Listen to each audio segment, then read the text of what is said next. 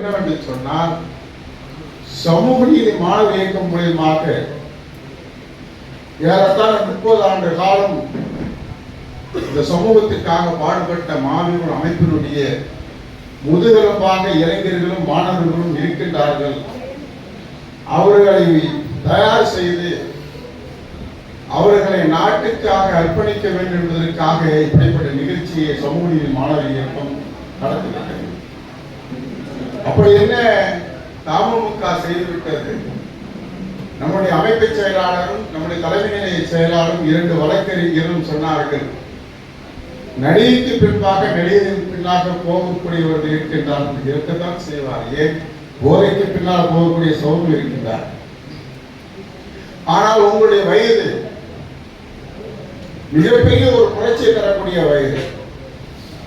விவேகானந்தார் சொன்னார், 100 இளைஞர்களை கொடுங்கள், நான் ஒரு புரட்சியை மாற்றி காட்டுகிறேன் சொன்னார். ஒரு புரட்சியை நான் ஏற்படுத்தி காட்டுகிறேன் என்று சொன்னார்.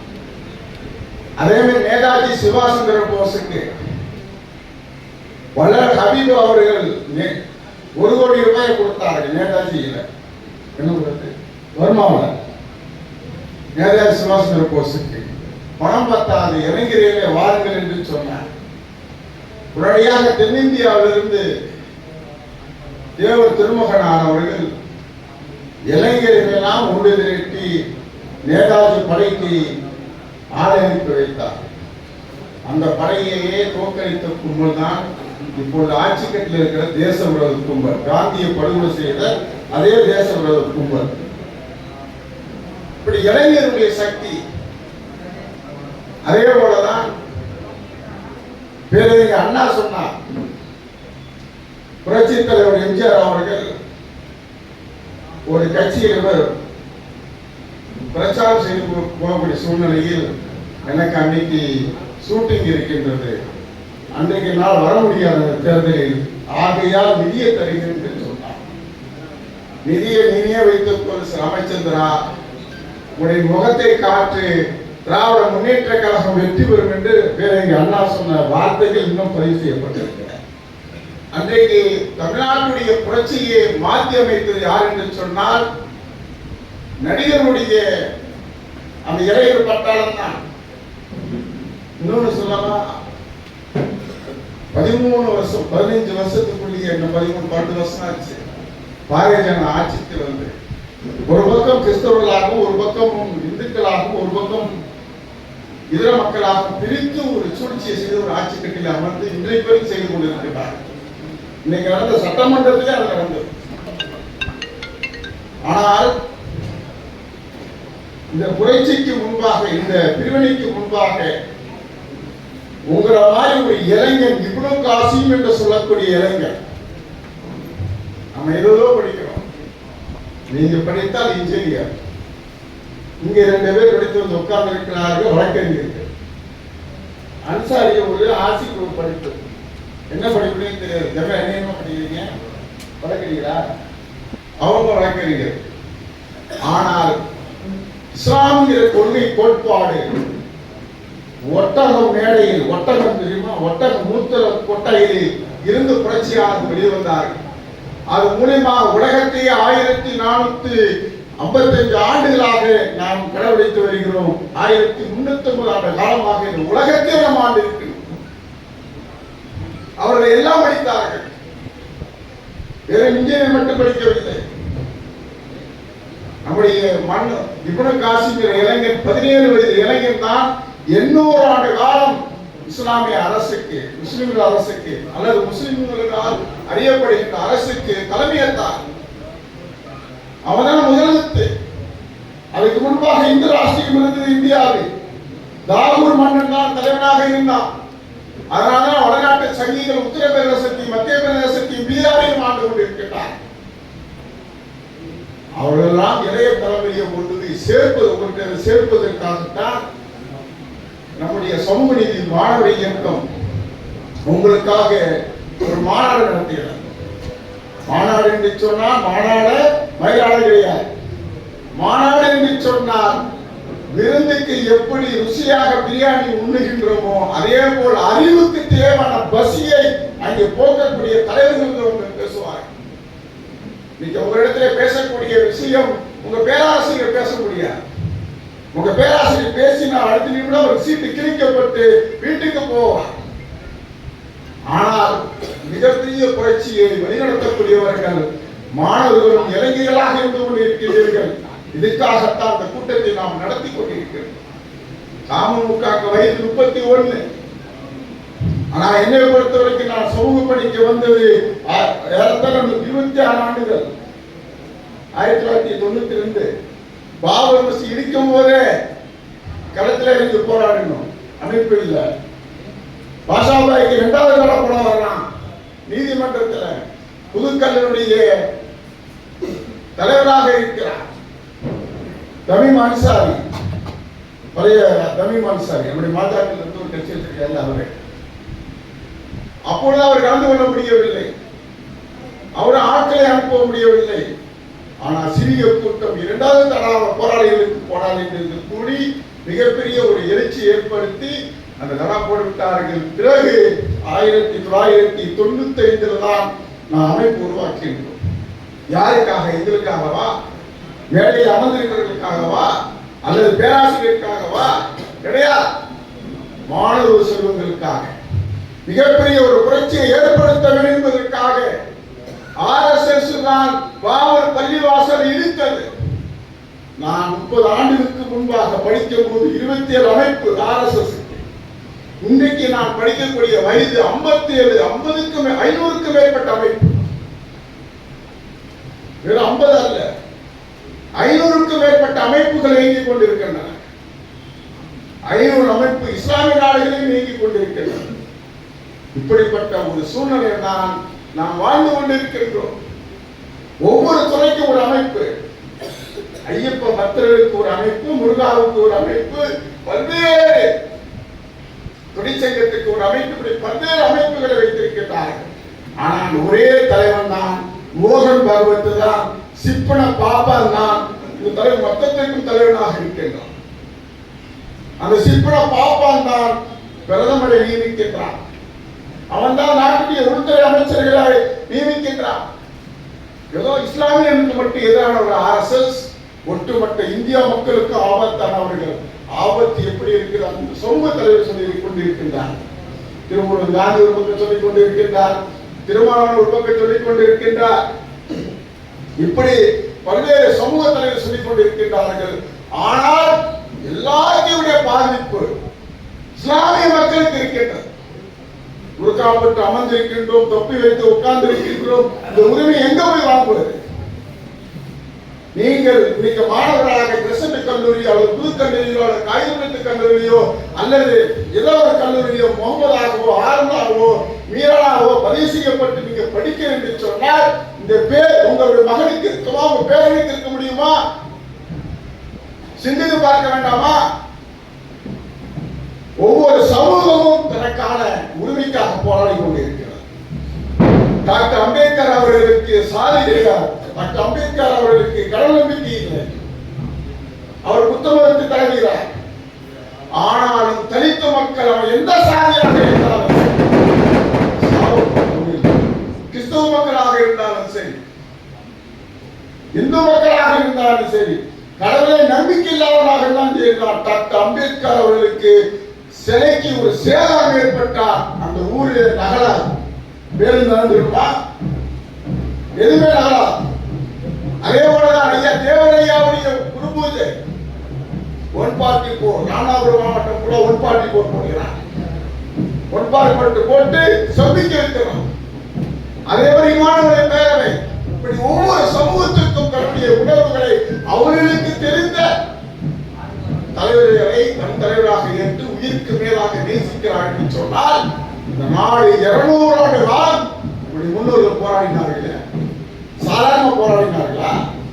நீங்க படிப்பதற்காக, நான் புர்கா போடுவதற்காக, நான் மாமன்ற உறுப்பினராக யாக்குப்பா நிற்பதற்காக இதுக்குத்தான் போராடினார்கள். அவர்கள் நாடாளுமன்றத்தில் உறுப்பினராக ஆவார்கள், சட்டமன்றத்துடைய உறுப்பினர் ஆவார்கள், அல்லது நாட்டில் ஆளக்கூடிய பல்வேறு நிறுவனங்களை தலைவராக நியமிக்கப்படுவார்கள் என்று ஒருபோதும் நினைக்கவில்லை. போராடினார்கள். அவருடைய போராட்டத்தை இந்தியாவில் முஸ்லிம் அல்லாதவர்களும் இருக்க மறைக்க முடியாது. ஏன் மோகன் பகவத்து கூட மறைக்க முடியாமல் செய்தியை சொல்லி நமக்கு குத்துவான தவிர கோவரன் பாடுவான். சம்மதமா சொல்லு, சம்மதமா, இந்து என்றால் சொல்லு, நீ சம்மதமா என்று சொல்லுவாங்க. என்ன அர்த்தம்? கர்நாடகாவில் கலவரத்தின் போது முஸ்லிம்களுக்கு உணவு கொடுத்து வீட்டுக்குள்ளே அறையில் அடைத்து வைத்து RSS காரர்களை கூப்பிட்டு சாப்பிட்ட உணவை செவிக்கும் நீங்க குடலை எடுத்தது சம்மதமானு கேட்பான். இந்து என்றா சொல்லு சம்மதமா? எந்த இந்துவும் செய்ய மாட்டான். RSS உடைய சங்கியை தவிர கர்நாடகாவில் உணவு கொடுத்து பாதுகாப்பு கொடுத்து சங்கியில வர வைத்து உணவு செவிக்கும் அடுத்து கொண்டவர் கொடியவர்கள் தான் இந்த RSS உடைய பயங்கரவாதிகள். அப்படிப்பட்ட பயங்கரவாதிக்கு எதிராக நீங்கள் என்ன களமாட வேண்டும்? இதுதான் சிந்திக்க வேண்டும். அன்புக்குரிய சகோதரர்களே, நாம் அரசின் பிழைப்புக்காக இந்த அமைப்புக்கு வரவில்லை. ஏதோ சட்டமன்ற உறுப்பினருக்காக, ஏதோ மாமன்ற உறுப்பினருக்காக இதுக்குத்தான் பிறந்தேன் என்று சொல்வதற்காக வந்திருக்கிறோம். தலைவர் பேராசிரியர் கூப்பி கேட்டாராம், ஏப்பா இந்த பொறுப்புக்கு நீ வருதுயா? அதுதான் தலைவர் நான் பிறந்தேன்னு சொன்னான். அதை ஒரு 2 பேர் இருக்கதான் செய்வான். இந்த காலத்துல மட்டும் கிடையாது. மக்கள் இருந்து 14 சூழல வராங்க. வரும்போது அப்பவே போட்டு கொடுக்குறான். எப்படி போட்டு கொடுக்குறான்? அதான் தூதருக்கு தலைவரை இவர் பொண்ணுக்காண்டி தான் வர, தூதர் அவர்களே இவர் பொண்ணுக்காண்டி தான் வர, இவர் பொருளுக்காண்டி தான் வர, இவரு அல்லா ரசூலுக்காண்டி வர. அவர் குண்டு மேலே இருக்கிறார். மக்கள் வந்து முன்னாடி வளர்ந்த முகமது ஸல்லல்லாஹு அலைஹி வஸல்லம் ஹிஜ்ரத்துக்கு பிறகு எந்த நோக்கத்துக்காக வந்திருக்கிறோ அந்த நோக்கத்தை அடைந்து விட்டார். அதே போல ராமமுக்கா அதுதான் எந்த நோக்கத்துக்கு வழியா நீ அடைஞ்சிக்க. நான் நோக்கத்துக்கு கேட்டான், எப்பா நீ சட்டமன்ற உறுப்பினர் அச்சிக்காருக்கும் நான் வரலப்பா. ஏன்னு கேட்டீங்கன்னா நான் அந்த நோக்கத்துக்கு வரல. நேற்று வரைக்கும் நீங்க தீவிரவாதினா நீங்க மாமன்ற உறுப்பினர் கூப்பிடுறான். அதுக்குதான் இந்த பொறுப்புக்கு வந்திருக்கிற தவிர சட்டமன்ற உறுப்பினராகவும் மற்ற இதர வரக்கூடியவர்களுக்கு இந்த கொடுங்கலை தடை செய்து என்னை விட்டு விடுங்க. 30 ஆண்டு காலம் இந்த அமைப்புக்காக, இந்த சமூகத்திற்காக அனைத்து தியாகங்களை செய்துவிட்டு இங்க வந்து நிக்கிறோம் என்று சொன்னால் இதுக்காக வரவில்லை. ஒரு கக்கூஸ் கல்வதற்காகவோ அல்லது போஸ்ட் மரம் விற்பனை கற்பனைக்காகவோ ரேஷன் கடையை திறப்பதற்காகவோ நான் வரவில்லை. ஒரு சமூக மாற்றத்துக்காக நான் வந்திருக்கின்றேன் சொன்னோம். ஒரு சமூக மாற்றத்துக்கு நாம் செய்ய வேண்டும். அதுக்குத்தான் விடுதலை மாநாடு. எப்படி சமூக மாற்றம் வரும்? விடுதலை போராட்டத்தில் கலந்து கொண்ட காந்தி அவர்கள் படுகொலை செய்து விட்டார்கள். இந்த நாடு நடந்த வேண்டும் என்பதற்காக இந்திரா காந்தியை படுகொலை செய்து விட்டார்கள். விஞ்ஞான வளர்ச்சி கம்ப்யூட்டர் கொண்டு வந்த ராஜீவ் காந்தியை படுகொலை செய்து விட்டார்கள். இந்துக்களையும் முஸ்லிம்களையும் ஒன்றாக திரண்டு 200 ஆண்டு கால விடுதலை போராட்டத்தை நடத்தியவர்களை ஒரே ஒரு பாபர் பள்ளிவாசல் ராமநாயகத்தை வைத்து 2ஆக தொடர்ந்து விட்டார்கள். பிறகு எப்படி நாம் அதிகாரத்தில் பங்கெடுக்க முடியும்? எப்படி நம்முடைய முன்னோர்கள் 200 ஆண்டு கால விடுதலைக்கு பிறகு எனக்கு இஸ்லாமிய அடிப்படை உரிமை வேண்டும் என்று சொன்னார்களோ? எப்படிப்பட்ட உரிமை? நான் புர்கா போட வேண்டும், நான் அடுத்தவரை புர்கா போட சொல்ல வேண்டும். நான் தொப்பி போட வேண்டும், அடுத்தவரை நான் தொப்பி போட சொல்ல வேண்டும். நான் ஜும்மா தொழுக வேண்டும், நீனும் ஜும்மா தொழு என்று சொல்ல வேண்டும். நான் ஒரே இறைவனை வணங்குகின்றேன், நீனும் ஒரே இறைவனை வணங்கு என்று சொல்ல வேண்டும். நாம் பின்பற்றுவதை அடுத்தவர்களுக்கு சொல்ல வேண்டும் என்று நம்முடைய முன்னோர்கள் டிமாண்ட் வைத்தார். யாரும் மறுக்க முடியுமா? எந்த இஸ்லாமிய தலைவரும் இல்லை, யாரும் மறுக்க முடியாது. அப்படிப்பட்ட உரிமையை வாங்கி தந்தவர்கள் 200 ஆண்டு கால விடுதலை போராட்டம் எப்படி வீடு இழந்து, வாசல் இழந்து, பிள்ளைகளை இழந்து, தன்னுடைய வாழ்க்கையை இழந்து 200 ஆண்டு கால விடுதலை போராட்டம் சாதாரணமா? எத்தனை தலைமுறை? ஏறத்தாழ 3 தலைமுறை ஆய்வு. 3 தலைமுறை ஆனதுக்கு பிறகு நம்முடைய முன்னோர்கள் கோரிக்கை வைக்கலாம்.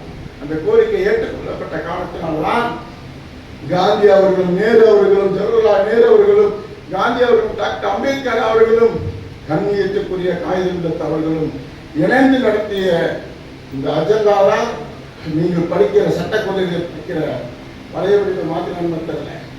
ஆர்டிக்கல் 25-30 நடத்து வருது இல்லையா? ஆர்டிக்கல் 25-30 வரைக்கும் வழக்கறிஞர் அப்படிங்கிறவங்களுக்கு தெரியும். ஆகிய அன்புக்குரிய சோதரர்களே, நம்முடைய முன்னோர்கள் பட்ட அதே உரிமையை நாம் பெற வேண்டும் என்று சொன்னால் அதிகார பகிர்வு. நாட்டுடைய பூர்வீக குடிமக்கள் நாங்கள், மண்ணின் மைந்தர்கள் நாங்கள். நாட்டில் எப்படி வியாபாரத்தில் ஒன்றாக நின்று அனைத்து சமூக மக்களுடன் நின்று நாங்கள் வியாபாரம் செய்கின்றோமோ, எப்படி அனைத்து சமூக மக்களோடு நின்று நாங்கள் விவசாயம் செய்கின்றோமோ, தொழில் செய்கின்றோமோ, தொழிலாளர் பணி செய்கின்றோமோ, அதே போல் ஆட்சி பணியில் எங்களுக்கு அதிகாரம் வேண்டும். இது கொள்கையாக இயக்கமாக நடத்த வேண்டும். நீங்கள் எந்த துறையில் உட்கார்ந்தாலும் அந்த துறையில் நீங்கள் இதை கவனமாக இருக்க வேண்டும். அதிகார பகிர்வு என்ன? 3.5% சும்மா வந்துருச்சா? அத்துறை ஒரு மாநில செயலாளரை அமமுக இழந்திருக்கிறது. அதே போல் 19 இஸ்லாமியர்கள் படுகொலை செய்யப்பட்டிருக்கின்றார்கள். வெறும் 19 முஸ்லீம்கள் படுகொலை, 19 இஸ்லாமியர்கள் படுகொலை என்று சொல்வார்கள். நோக்கம் அதுமல்ல, முஸ்லிம்களுக்கு தனி இடஒதுக்கீடு வழங்கப்பட வேண்டும். அதே போல் பாவரி பள்ளிவாசல் இடத்தை எங்களுக்கு ஒப்படைக்க வேண்டும் திட்ட கோரிக்கை மாநாடை நாம் நடத்தினோம். அதை நவம்பரிலே அவர்கள் இந்த மாநாட்டை முடித்து விட்டார்கள். தொடர்ச்சியாக போராட்டம். இந்த இடஒதுக்கீடுக்காக செல்வராஜிங்கிற படுகொலை ஒரு காவிப்பயிருக்கு படுகொலை செய்து விட்டார்கள். இத்தனை பேர் உள்ள இருக்காங்க. தலைவர் பேராசிரியர் பேசியிருக்கிறார். இயக்கத்தினுடைய தலைவர் பேராசிரியர் நிற்கிறார். 2 சட்டமன்றத்தில் பேசினார். திராவிட மாடல் ஆட்சி நடத்தக்கூடிய முதலமைச்சர் அவர்களே, எங்களுடைய இஸ்லாமிய சிறைவாசிகள் அரசியல் சிறைவாசிகள் யாரை அப்ப விட்டு சொத்தையும் கொள்ளடித்து விட்டு போகவில்லை. யார் மருமகளையோ மகளையோ அம்மாவையோ தந்தையோ தாயையோ அரசியல் லாபத்துக்காக படுகொலை செய்யப்படவில்லை. அரசியல் காரணத்துக்காக இந்த அரசாங்கம் இங்கு சோழை கைது செய்திருக்கின்றது. அவர்கள் நீங்கள் விடுதலை செய்ய வேண்டும் என்று கோரிக்கை வைத்திருக்கின்றார். பல்வேறு அரசியல் கட்சிகள் கோரிக்கை வைத்திருக்கின்றார்கள். தொடர்ச்சியாக இந்த அமைப்பு உருவாக்கப்படுவதற்கு காரணமே சிறைவாசிகளை விடுதலை செய்ய வேண்டும், பாவல் பள்ளிவாசலை இடத்தை முஸ்லிம்களை ஒப்படைக்க வேண்டும், இடஒதுக்கீடு விட்டு தர வேண்டும் என்று 3 கோரிக்கையுடன் நாம் இந்த அமைப்பை உருவாக்கினோம். 3 ஒன்றை தவிர 2 வெற்றி பெற்றோம். தடா சிறைவாசியை கூட வெளியே கொண்டு வந்தோம். தெரியுமா? இப்ப இருக்கிற சிறைவாசி உங்களுக்கு தெரியும். தடா சிறைவாசி இருந்தாங்க. தடான்னா கொடுமையான தடா. எப்படிப்பட்ட தடா போட்டாங்கன்னா பட்டிமன்றம் நடத்துவான். காமத்தில் சிறந்தவா கனி மரியா மணியா கஷ்டப்பட போகல. அந்த தூதருடைய மனைவி பற்றி அப்படி சொல்றானே, இயேசுநாதர் அம்மா பற்றி பேசினா பிரச்சனை இல்லை. அதனால மணியம்மை சில பேர் எவ்வளோ செஞ்சான் பார்த்தான், கோரிக்கை வச்சு பார்த்து சரணாக யாருமே கேட்கல. இன்னும் வன்முறையில் இறங்கிட்டான். பைபிள் சம்பவமே காலி. அதுக்கப்புறம் எப்படி பட்டிமன்றம் நடக்கும்? இதுக்காக சொல்றேன். இது பேர் தான் தடாசிரியவாசிகள். இவங்க பேர் இருந்தாங்க. எல்லாத்தையும் போராட்டம் பண்ணி விடுதலை கொண்டு வந்த அமைப்பு நம்முடைய தாமமுக அமைப்பு. இவர் மட்டும் இல்லை, பொய் வழக்கு போட்டு கைது பண்ணாங்க. அணிபா தமிழ்நாடு எல்லாமே செஞ்சோம் யாரோ. அப்ப அவ்வளவு பேர் வெளியில் வந்துட்டாங்க. இடஒதுக்கீடு 3.5 இடஒதுக்கீடு பெற்றிருக்கு தெரியுமா? தஞ்சை பேரணி, வாழூரில் மாநாடுக்கு முன்பாக நூற்றுக்கணக்கான மாவட்ட மாநாடுகள், இறுதியாக நம்முடைய காஞ்சி மாவட்டம் மாநாடு, தாம்பரத்தில் பிரமாண்டமான ஒரு மாநாடு, ராணுவ அணிவகுப்போடு மாநாடு, பல மாநாடு. அதில் இறுதியாக இந்த மாநாடு ஒற்றை கோரிக்கைக்கான ஏகப்பட்ட புதுக்கோட்டைகள். தலைவர் பாபானசத்தை பற்றி ஏதோ செய்யறதுக்காக மாற்றி சொல்லுவாங்க, தெரியாம சொல்லுவாங்க.